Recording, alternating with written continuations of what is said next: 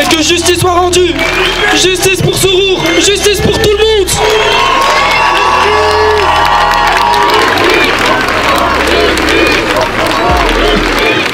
Bonjour à toutes et à tous. Je vous remercie d'être présents aujourd'hui à la mémoire de ma mère et pour que justice lui soit rendue.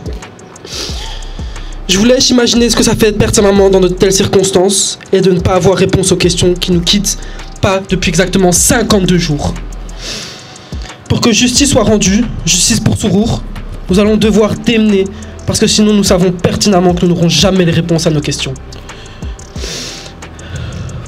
Aujourd'hui, je tiens, moi, son fils, à placer des mots sur la personne extraordinaire qu'est ma maman. Depuis le plus jeune âge, j'ai été bercé dans un amour infini. Cet amour, c'est ma maman qui me l'apportait. Elle a été, et encore aujourd'hui, un exemple pour moi.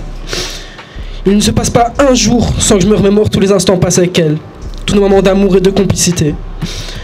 Je me tiens devant vous, en parlant de ma maman, de la personne incroyable et rayonnante qu'elle était, tout en cherchant pas chasser la tristesse infime qui m'habite depuis ce 12 janvier.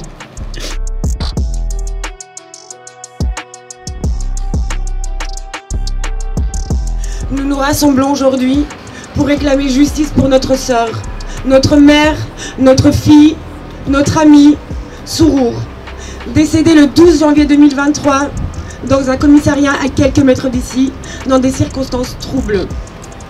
Si nous sommes ici aujourd'hui, aussi nombreux, c'est par amour pour Sourour, et unis par la révolte contre un appareil d'État qui ignore ses crimes depuis trop d'années.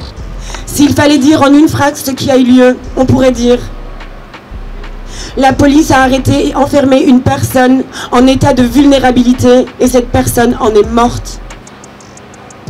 Nous sommes poussés à l'épuisement, mais personne ne nous dissuadera de chercher la vérité et la justice. Chaque jour, je pense aux familles qui ont été forcées d'abandonner, épuisées par un appareil d'État méprisant, complice de cette violence. C'est aussi pour elles et avec elles que nous nous battons aujourd'hui. Nous aurons le courage, le sang-froid et le soutien nécessaire pour rendre justice à Sourour et à toutes les victimes de violences policières.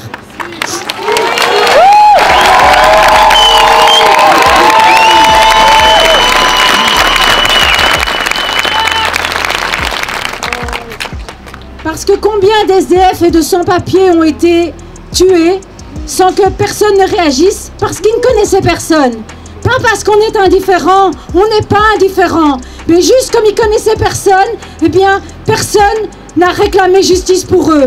Eh bien Sourour, elle connaissait tout le monde à Bruxelles et tout Bruxelles réclamera justice pour elle. L'affaire sera mise à l'instruction. L'affaire ira devant un tribunal. Ils pourront essayer de l'étouffer, ils n'y arriveront pas.